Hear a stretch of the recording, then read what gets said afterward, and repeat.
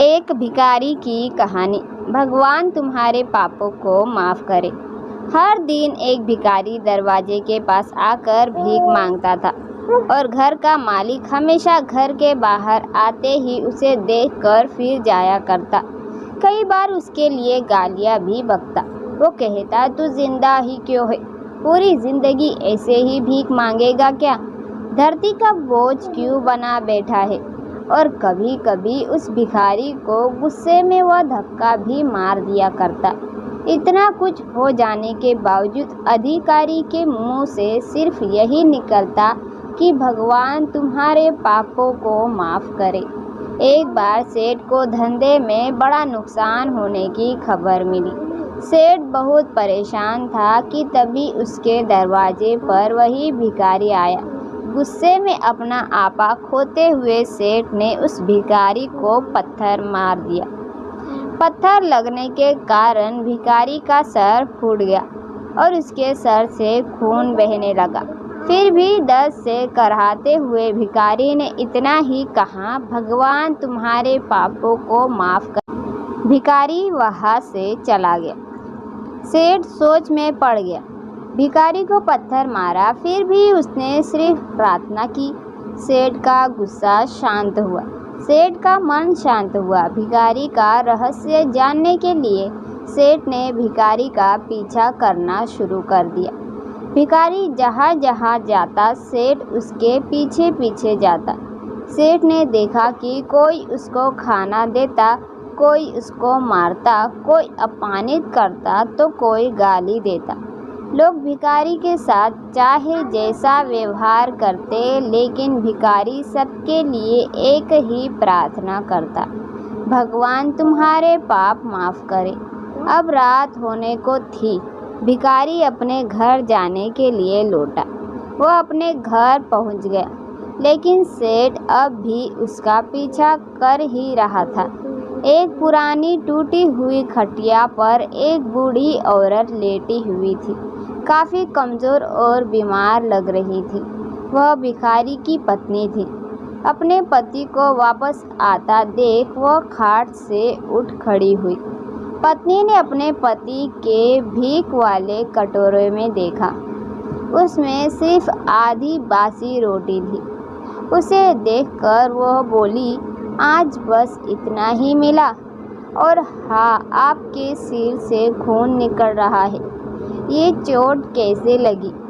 बूढ़ा भिखारी बोला, आज बस इतना ही मिला। किसी ने कुछ दिया ही नहीं। सब ने गालियाँ दी और एक ने पत्थर भी फेंका, इसलिए मेरा सर फट गया। एक गहरी ठंडी सांस लेकर बूढ़ा भिखारी फिर से बोला, यह मेरे पापों का फल है। तुम्हें याद है कुछ सालों पहले हम कितने अमीर थे? क्या कुछ नहीं था हमारे पास? हमारे पास हर चीज़ ज़रूरत से ज़्यादा थी, लेकिन हमने कभी दान नहीं किया। और उससे भी बुरा हमने उस अंधे भिखारी के साथ किया जो हमारे द्वार पर भीख मांगने आया करता था। बूढ़ी पत्नी की आंखों में आंसू आ गए। वह बोली, हाँ, हम उस बेचारे अंधे के साथ बहुत बुरा करते थे। उसका अपमान करते थे। उसे खाने के लिए रोटी की जगह कागज़ दिया करते। उसका मजाक उड़ाया करते और कभी कभी मारा भी करते। मैंने कभी उसको रास्ता नहीं दिखाया। एक बार मैंने उसके मुंह पर मिट्टी भी फेंकी थी और वह हमेशा दुखी होकर यही कहता कि भगवान तुम्हें तुम्हारों किए की सज़ा देगा। भगवान तुम्हारे पापों की सज़ा ज़रूर देगा। उसका श्राप सच हुआ और हम इस दुख भरी जिंदगी में आ गए। भिखारी बोला, हाँ, उसका श्राप सच हुआ, इसलिए मैं किसी को बद्दुआ नहीं देता, चाहे कोई मेरे साथ कैसा भी बर्ताव करे। मैं हमेशा उसके लिए प्रार्थना करता हूँ। मैं नहीं चाहता कि कोई भी हमारे जैसे ज़िंदगी का अनुभव करे। किसी को भी हमारे जैसे दुखों का सामना करना पड़े। वो नहीं जानते कि वह कितना बड़ा पाप कर रहे हैं, इसलिए अनजाने में हुए पाप की ऐसी सज़ा किसी को भी मिले मैं नहीं चाहता। सेठ वहीं पर छुपकर यह सारी बातें सुन रहा था। अब उसे सब कुछ समझ में आ गया था। भिखारी और उसकी पत्नी ने वह आधी रोटी मिल बांटकर खाई और भगवान को धन्यवाद बोलकर सो गए। अगले दिन वह भिखारी फिर से भीख मांगने गया। सेठ के घर के पास जाते हैं सेठ ने पहले से गरम रोटी या उसके लिए निकाल कर रखी थी। उसे देते हुए सेठ विनम्रता से बोला, माफ़ कर दीजिए बाबा, बहुत बड़ी गलती हो गई।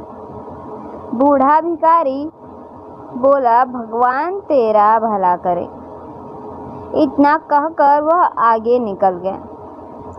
इस कहानी से जो सीख लेने लायक है वह बड़ी ही सिंपल है कि आदमी चाहे किसी के बारे में बुरा कहे या भला करे, लेकिन भगवान सिर्फ कर्म के हिसाब से उसको फल देता है। क्या हुआ अगर भगवान नहीं दिखता है? लेकिन यह बात बिल्कुल सच है, उसके खाते में सबका हिसाब बहुत बहुत पक्का होता है। इसलिए जब किसी के लिए कुछ भी करो तो अच्छा ही करो। दोस्तों, कहानी कैसी लगी कमेंट में ज़रूर बताना। अगर चैनल पे नए हो तो चैनल को लाइक, सब्सक्राइब और अपने दोस्तों में शेयर ज़रूर करना। कहानी सुनने के लिए धन्यवाद।